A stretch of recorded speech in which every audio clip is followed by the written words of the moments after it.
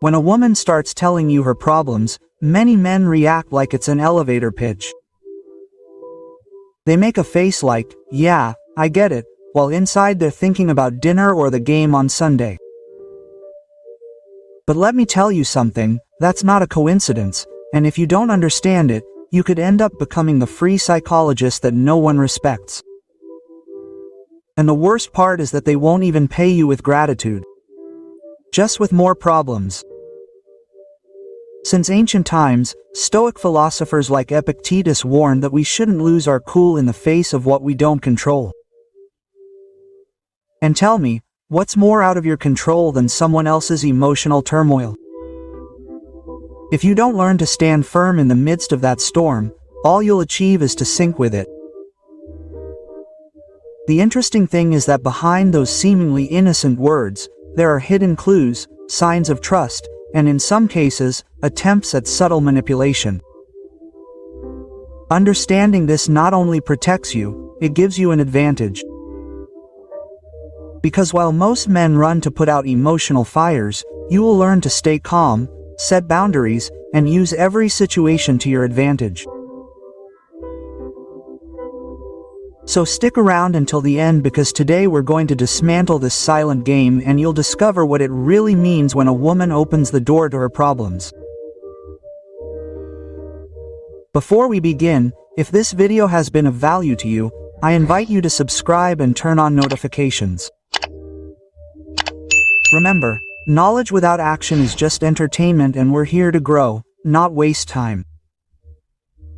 With that said, let's get started. First, the invisible test. The first lesson is simple, but almost no one sees it. When a woman shares her problems with you, she's not looking for an immediate solution. She's watching your reaction. Think about it.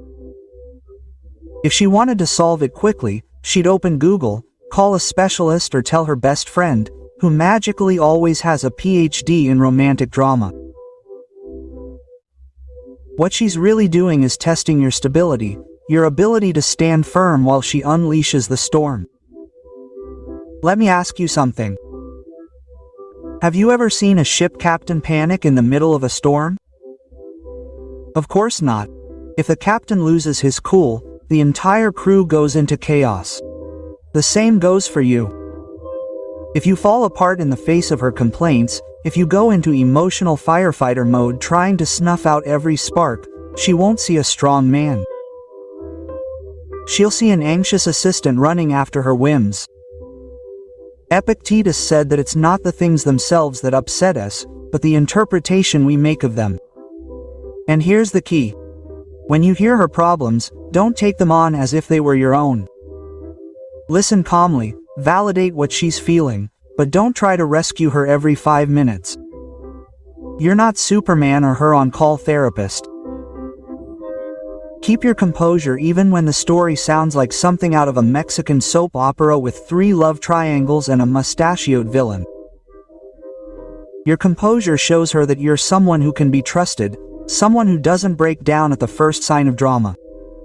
That's the real test. So the next time a woman tells you her problems, remember, she's not looking for the hero who can solve everything, she's looking for the man who doesn't lose his cool.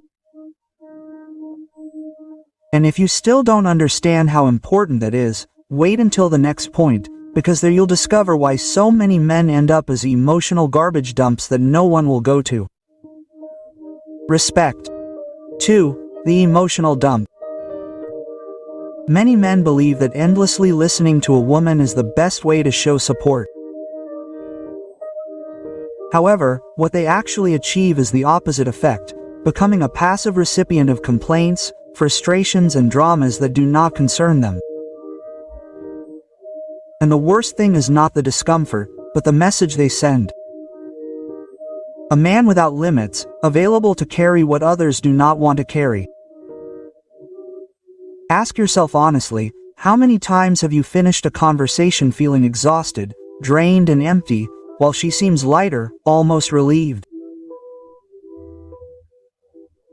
That difference in emotional states shows you exactly what happened. She unloaded on you and you accepted it without resistance. You are not a valuable partner, you are a container. Imagine your mind as an orderly library. Every time someone confides in you with a problem, put a book on your shelves. That is normal.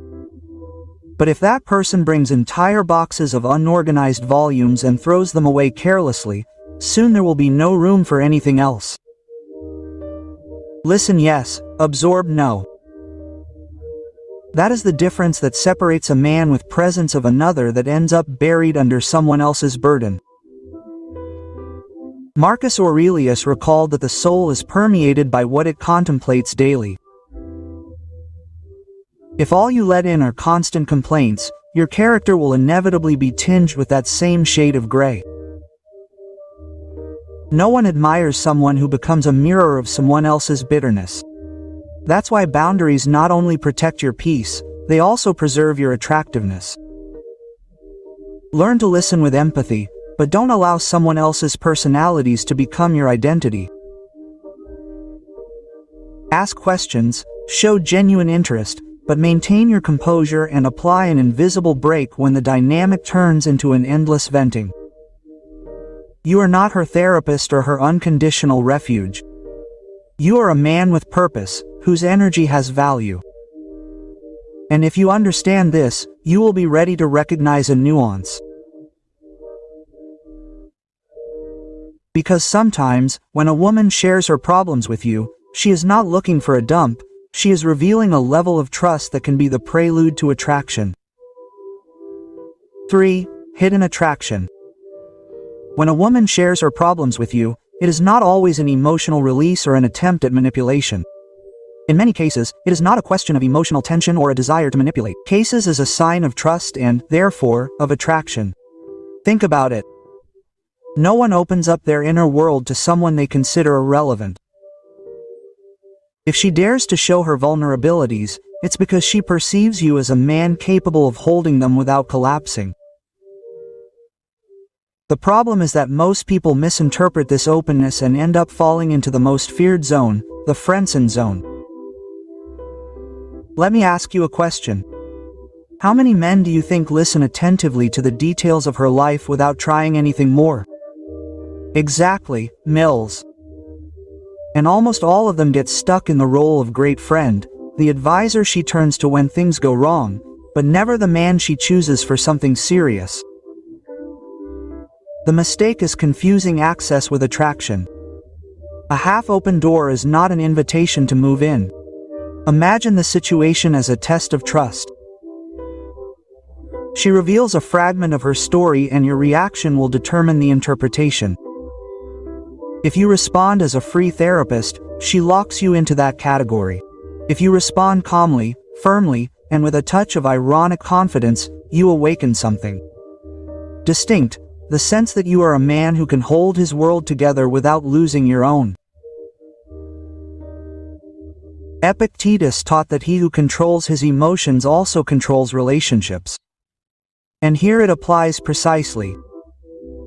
She doesn't want you to break down with her tears or solve every dilemma like an engineer of life. She wants to prove that you can listen without losing your center. That balance is more attractive than any speech. Receive her trust, but don't abuse it. Don't become the shoulder to cry on who never acts, or the desperate fixer. Be the man who listens, who validates, who offers perspective without giving up his own axis. That mix of interest and distance creates real magnetism. And if you think this is the biggest challenge, wait until the next point, because there you will discover how to differentiate between genuine trust and manipulation disguised as vulnerability. Number 4, trust or manipulation. Here we come to one of the subtlest traps. When a woman shares her problems with you, it can be an act of genuine trust or a well-disguised attempt at manipulation. The difficulty is in distinguishing one from the other because both are presented with the same tears, the same sighs, and sometimes with the same phrase, "I just wanted to tell you." The naive person believes that it is always trust. The cynic thinks that it is always manipulation. The conscious man understands that it can be either. Ask yourself, is what she shares accompanied by openness towards you or implicit demands? When it is trust, she makes you a part of her world so that you can observe it, not so that you carry it. On the other hand, when it is manipulation, her problems always end in an emotional bill. You have to do something, change something or pay something, and then you are not a confidant, you are a confidant. Imagine this scene. A friend tells you that he is tired of work and leaves it there. That is trust. Now imagine that it ends with "and that is why I need you to help me with my errands tomorrow." That is manipulation. The difference is as clear as being invited to dinner or being asked to cook for 30 people without warning. Sika warned that whoever constantly gives in to the demands of others loses their freedom. Applied here, if you do not know how to recognize emotional manipulation, you will end up trapped in a dynamic that drains your energy and eliminates your respect, because no one admires a man who always gives in, as many use him. Listen, like this, but observe if what is shared ends up in pressure on you. If it does, calmly end the dynamic. I understand what you feel, but that part is not for me to resolve. That simple phrase is a wall that separates trust from manipulation. And if you think setting boundaries is hard enough, get ready, because in the next point you will see the most common trap, the mistake of believing that being a free therapist is the best way to strengthen the relationship. 5. The therapist trap. Here's one of the most frequent and at the same time most ridiculous mistakes. Many men believe that to win a woman's affection they must become her on-call therapist. They listen to her, analyze her, give her detailed advice, and even look for solutions as if they were charging by the hour. The problem is that they do not get paid, they do not respect them, and, worst of all, they are never chosen because no one is attracted to their improvised psychologist. Let me ask you something. What image does a man project who always responds with diagnoses, strategies, and sermons? That of a boring professor who thinks he has all the answers, but actually projects insecurity. She doesn't see him as a leader, she sees him as a kind of human Wikipedia with a slow connection, and Wikipedia, while useful, doesn't generate desire. Imagine this scene. She tells you about an argument with her friend and you respond with a 5-step action plan to improve communication. Very logical, yes, but on an emotional level it sounds like reading an instruction manual for assembling a piece of furniture, not at all inspiring. Attractive. Even less so. CNK said that giving advice is easy, but living it is the hard part. In this context, your role is not to solve her life as if you were her free psychologist, but to show by your example that you know how to handle your own. That generates much more respect than any fancy advice. Listen, validate, and share perspectives without becoming her savior. Use short, firm sentences instead of endless speeches. Let her see that you trust her ability to solve her own problems. This attitude not only frees her from depending on you, it also puts you in the position of being responsible for her problems. The right place, the one where a man guides with presence, not diagnoses. And if you think that this is enough to avoid mistakes, wait, because in the next point you will discover something even more powerful. The importance of setting clear boundaries, the detail that differentiates a man who inspires respect from one who only inspires pity. 6. Boundaries matter. A man without boundaries is like a phone without a password. Anyone can enter, check it out, and download whatever they want. And believe me, when you don't set emotional barriers, it ends up being the free device where she downloads all her drama without even worrying about your battery. Then you wonder, why are you exhausted and empty? Easy, because you never said enough. Think about it. How can a woman respect someone who gives in to every complaint? It's not about being cold or ignoring her, it's about showing that your time and energy are valuable. Marcus Aurelius said that your mind will be like the shape of your daily thoughts. If every day you fill your mind with problems that are not yours, it is not love, it is self-destruction, disguised as patience. Imagine you're having dinner and she starts off with an endless monologue about her insufferable boss. A man without boundaries will listen for hours, nodding along as if he were a decorative dog on the dashboard of a taxi. A man with boundaries, on the other hand, calmly tells her, "I understand it's been a tough day, but let's not have your boss here at the table with us. Let's talk about something that will add up instead." Quote, notice the difference? You don't ignore her, but you don't let negativity rule the night either. Define when, how, and how much you're willing to listen. If she always calls you in the middle of your work to vent her frustrations, respond with, "I can't right now, but we'll talk about it later." That's not rejection, it's self-respect. And women, even if they don't admit it, find a man who knows how to prioritize much more attractive than a man who gives up everything to be her disposable tissue. Do you really think Alexander the Great stopped his conquests because someone wanted to tell him how bad things were at work? Of course not. He had an empire to run. And you, even if you don't conquer territories, you have your own life to lead. Stick around because the next point will show you how to transform all those problems she brings into opportunities to strengthen your power instead of losing it. 7. Turn her problems into power. Most men see a woman's problems as a burden. They tense up, sigh, and think, "Here we go again."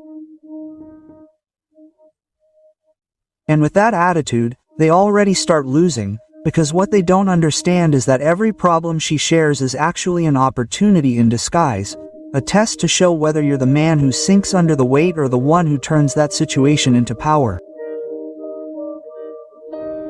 Let me ask you a question. What do real leaders do when faced with a crisis? Do they complain, cry, and say, "Poor me"? Of course not. They stay calm, observe, and project confidence. That's exactly what you need to do. You're not there to absorb the chaos, but to be the guy who transforms the energy of the moment. Picture this. She comes in frustrated because her boss treated her badly. The average man becomes her punching bag, listening for hours until he is exhausted. The strong man, on the other hand, listens calmly, acknowledges her discomfort, and then says something like, "If your boss knew what you were capable of, he would be praying that you didn't replace him." With a single sentence, you change her emotional state, restore her confidence, and reinforce your position as her anchor. Seneca said, "A courageous man turns hardship into wisdom." Here your concrete action is clear. Use her storm as a stage to demonstrate serenity, humor, and direction. You don't need a big speech. Just stand firm, project calm, and remind her of her strength. That will make her feel that with you she can not only vent, but also rise up. If every complaint she makes you a victim, then you're not her partner, you're her underpaid therapist. But if every complaint is transformed into an opportunity to show leadership, suddenly her problems are the perfect stage for you to shine. Brace yourself because this brings us full circle. It's not about avoiding storms, it's about being the captain who navigates them powerfully. At the end of the day, there's a truth you can't ignore. When a woman tells you her troubles, she's not sharing random words. She's putting in your hands a test of character, a sign of trust, or even an opportunity to measure your strength. And here's the key. Weak men react with anxiety, becoming full-time therapists or garbage collectors.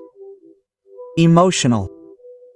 Strong men, on the other hand, set boundaries, stay calm, and turn every complaint into an opportunity to lead. That's the difference between losing their respect or earning it forever. Now I want to hear from you. Which of these points do you feel you need to apply the most in your life? Leave it in the comments because your experience can help other men who are on the same path. And remember, if this video gave you value, subscribe and turn on notifications. Here we speak without filters, with the truth that few dare to tell, because we're not here to waste time, but to grow and build strength. Don't stop here. If you want to delve deeper, I recommend watching the next video that will appear on the screen, where we continue to dismantle the hidden dynamics that mark the difference between being an ordinary man and being an unforgettable man. So get up, take action, and remember, problems are not the end, they are the test that reveals what you are made of. See you in the next one.